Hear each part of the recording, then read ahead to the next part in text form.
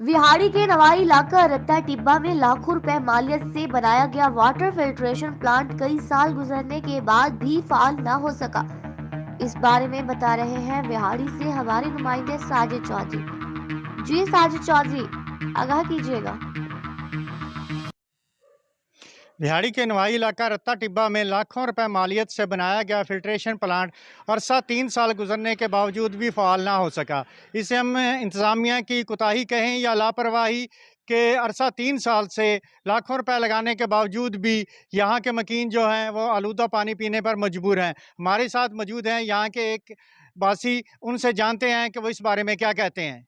जी बताइएगा। जी, ये 3 साल हो गए हैं हमारे इस फ़िल्टर प्लांट प्लांट को लगे हुए, जो कि अभी तक बिल्कुल फ़ाल नहीं किया गया। हमारे यहाँ के पानी बहुत ज़हरीला है, जिसकी वजह से गुर्दों की बीमारियाँ, फेफड़ों की बीमारियाँ फैल रही हैं। तो हमारी इंतज़ामिया से यही गुज़ारिश है कि इसको जल्द से जल्द फ़ाल किया जाए, ताकि हम मज़ीद ज़हरीला पानी पीने से बच सकें और हम बीमारियाँ, मज़ीद बीमारियाँ फैलने से हम बच सकें।